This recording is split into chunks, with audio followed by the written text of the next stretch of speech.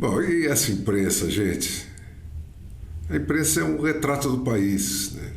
Pelo menos do país que está mandando no resto do país. E olha só esses jornais de hoje, né?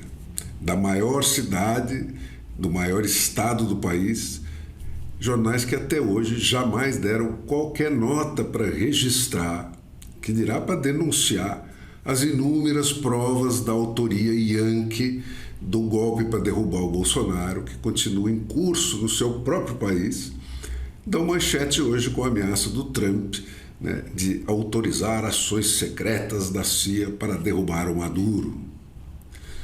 Nenhuma das provas exibidas no Congresso Nacional pelo Mike Mendes, ex-funcionário graduado do Departamento de Estado, revelando como foi que a CIA, o Pentágono e o resto dos departamentos do governo americano sob o Joe Biden, lá, né, que trabalham nas sombras, né, a convite do Luiz Roberto Barroso, armaram a mão do Alexandre de Moraes para solapar o governo do Bolsonaro, perseguir quem se declarasse partidário dele e tomar a eleição de 2022 para instalar essa ditadura que hoje fiscaliza cada passo de cada brasileiro com recurso aos métodos revelados pelo Eduardo Talhaferro, né, assessor do Alexandre de Moraes, né, em sucessivos depoimentos também no Congresso Nacional.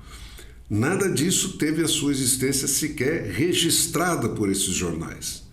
E, no entanto, a primeira ameaça Yankee à ditadura do Nicolás Maduro, que caça para matar, né, a bruxa demoníaca que ganhou o Prêmio Nobel da Paz, está aí tudo nas manchetes. Mas essa, gente, é a parte deliberada da decadência da imprensa brasileira. Pior é a parcela orgânica dessa decadência. Orgânica no sentido gramsciano do termo. Olha essa matéria.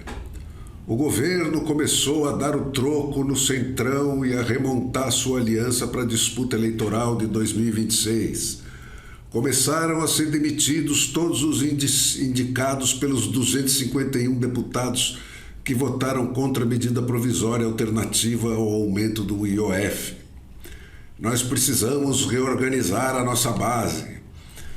Queremos saber com quem nós podemos contar, quem realmente está com o governo, e isso vale para todos, né, diz a Gleice Hoffmann, né, a encarregada do expurgo. Né.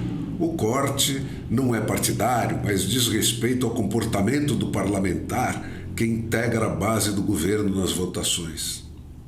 Quer dizer, esquema mafioso, gente. Amigos, negócios à parte. O Arthur Lira, né, foi o primeiro a se safar do corte. Ele procurou a Gleice Hoffmann para dizer que ele integra a base e quer ajudar o governo, e obteve na hora a garantia de que o presidente da Caixa Econômica Federal, Carlos Vieira, que é dele, né, vai ser mantido no cargo. Mas ela avisou para o Lira que nem todos vão ter esse privilégio, né? Ele mantém o acesso dele, mas o cofre continua sendo do Lula. E sendo assim, presidente à parte, o vice, um tal de José Trabulo Júnior, né, que pertence ao Ciro Nogueira, presidente do PP, vai cair. É essa a gestão, né, do segundo maior banco do governo brasileiro. A segunda etapa da reformulação do governo vai ocorrer nas próximas semanas com a redistribuição dos cargos. Além da Caixa, o expurgo alcançou os Correios e o Instituto do Patrimônio Histórico e Artístico Nacional, assim como superintendências regionais do Ministério da Agricultura, assim como a Companhia de Desenvolvimento dos Vales do São Francisco e do Parnaíba, e no Departamento Nacional de Infraestrutura de Transportes. E agora vem a redistribuição de cargos. A estratégia do Planalto consiste em tirar cadeiras de quem foi nomeado por invocação de caciques do Centrão, né, e privilegiar quem não traiu o governo, ou seja, quem traiu o povo, mesmo que esteja em partidos desse grupo. Então, gente, vocês estão entendendo para que é que servem as estatais, né? E qual é o preço de cada falcatrua? Todos os indicados dos 251 deputados que impediram o governo de assaltar o povo com a MP 1303 lá, que ia restabelecer parte dos impostos novos que o governo tentou surrupiar do povo na derrota anterior, imposta pelo Congresso, né, na votação do IOF, perderam os cargos. Mas a Caixa Econômica Federal continua do Lira, né, porque ele foi lá abaixar a bunda para Gleisi Hoffmann.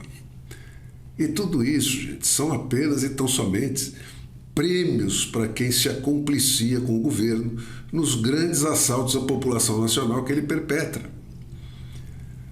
São postos de tocaia para que esses ladrões da segunda classe, né, instalem os seus próprios ladrões de terceira classe para roubar para eles e para si mesmos e nomear ladrões de quarta classe e assim sucessivamente em todas os órgãos do governo, né, até para roubar até o último tostão, até o último percentil de crescimento da economia, até conseguirem tornar miserável um país tão rico quanto o Brasil. Pensa um pouco, cara. Correios, né? Tá aí o rombo, 20 bi para começar, sem contar os investimentos feitos em papéis de dívida da Argentina kirchnerista e da Venezuela do Nicolás Maduro com dinheiro dos carteiros aposentados. O Instituto do Patrimônio Histórico e Artístico Nacional, nada escapa, cara.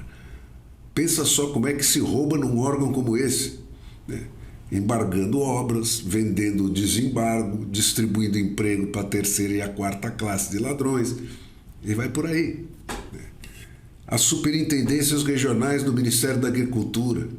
Bom, essas manejam somas gigantescas aí para financiamento de safra, fazem compras superfaturadas de cooperativas de pequenos produtores que vendem com preços inchados para merenda escolar, por exemplo. Nada escapa, gente. Eles roubam educação de criança pobre, né? Roubam merenda, roubam hospitais de gente sem outro tipo de recurso. A Companhia de Desenvolvimento dos Vales do São Francisco e do Parnaíba. Essas aí, porra, é dinheiro na veia, né? Assistencialismo puro, que é a forma mais direta de roubar, né? Esses caras vendem postos na fila do Bolsa Família, fecham os olhos para o segundo emprego de quem tem já a Bolsa Família, põem gente no Vale Defeso que não tem nada a ver com pescaria e vai por aí, né? Departamento Nacional de Infraestrutura de Transportes, né? Com esses aí, cara, com esses composto como esse, eles roubam o Brasil inteiro, né? Encarecem todos os produtos que são transportados pelo país, fazem a gente perder mercado, aumentam o preço da comida, aumentam o preço de tudo. E a imprensa cobre esses loteamentos e reloteamentos como se isso fosse política. Tudo normal, nenhum tom de denúncia. A imprensa compra e reproduz ipsis literis o discurso dos falsários e dos ladrões. E jornalistas assinam orgulhosamente, com os seus nomes verdadeiros, as matérias que atestam o nível orgânico da corrupção moral deles. Como é que se explica esse duplo padrão escandaloso, né? Por qualquer tipo de critério jornalístico é que não é. Mas a responsabilidade de quem ocupa essas redações, gente, é apenas relativa. Tem a patota jovem, que é a patota orgânica, né? Nascida e criada na mentira institucionalizada, que simplesmente não tem outra referência, né? E acha que o mundo começou ontem e que ele é como os seus professores diziam que ele era e a Rede Globo dizia que era. E tem os chefes dessas pessoas. Como é que os donos desses pasquins não fazem essa pergunta aos chefes dessas máfias, a quem eles entregam essas redações com licença para matar a democracia no Brasil? São esses, caras, os patrocinadores dessa conspiração, os maiores traidores da pátria. São eles que estão bancando a esculhambação geral do Brasil.